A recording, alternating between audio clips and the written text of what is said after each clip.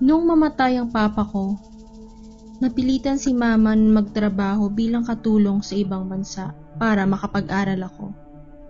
Si papa kasi yung inaasahan namin dahil siya lang ang may trabaho. Si mama ay housewife lang. Iniwan ako ni mama when I was 13 years old. Iniwan niya ako kay Lola Patty.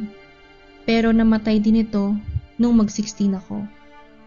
Kaya pinalis ako ng kapatid ni mama sa poder ng lola ko. Kasi pinamana daw ito sa kanila. Kaya pinahanap ako ni mama ng bahay na marerentahan. Pero nung mag-college ako, lumipat ako sa isang boarding house na malapit sa paaralan. Sa isang room, 2 kami. Kasama ko sa room si Annie. Tahimik siyang babae at mahinhin. Kasama ko siya sa room pero hindi kami ganon ka-close. Madalas siyang umuuwing luhaan at malungkot. At nalaman kong she was a victim of bullying. Sinusubukan ko siyang mag-open up pero ayaw niya. She was so depressed that time na halos mamaga yung mata niya sa kakaiyak.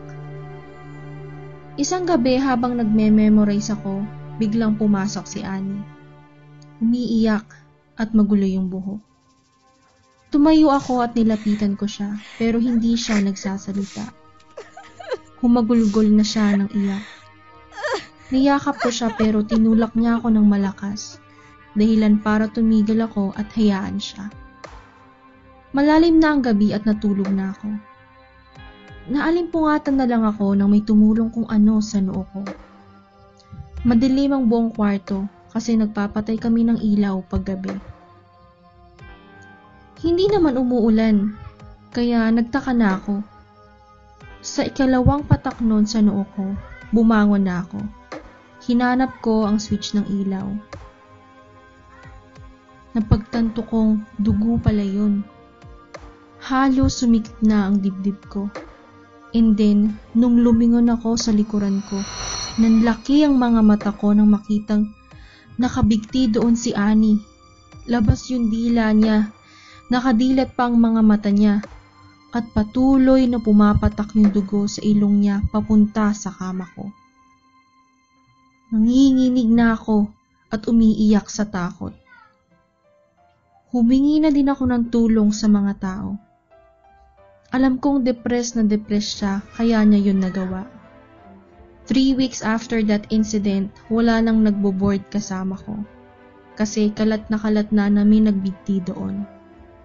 Nung 3 weeks na yon, wala akong nararamdamang kakaiba. Pero lumipas ang 1 buwan, unti-unti nang may nagpaparamdam sa akin. Tandang-tanda ko pa, it was 2:55 AM. Abala ako sa pagbabasa ng kwento sa libro na hiniram ko sa kaklase ko.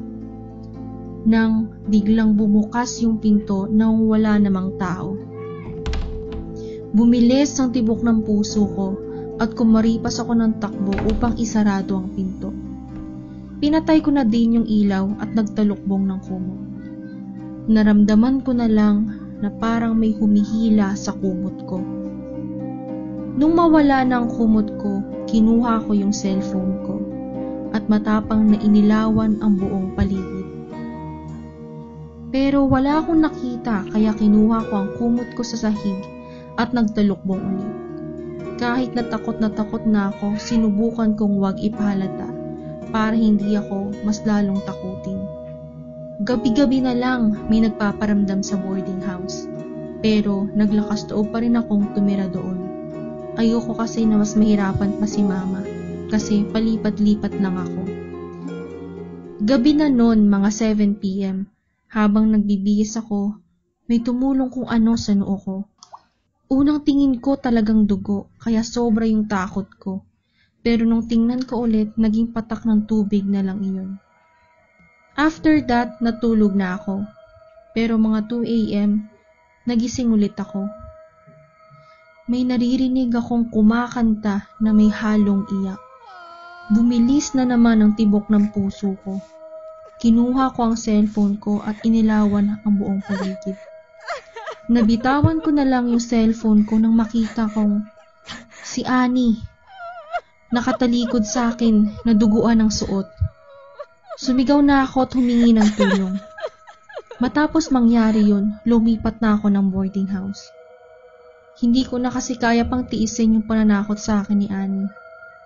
At sana ngayon, yung kaluluwa niya, matahimik na.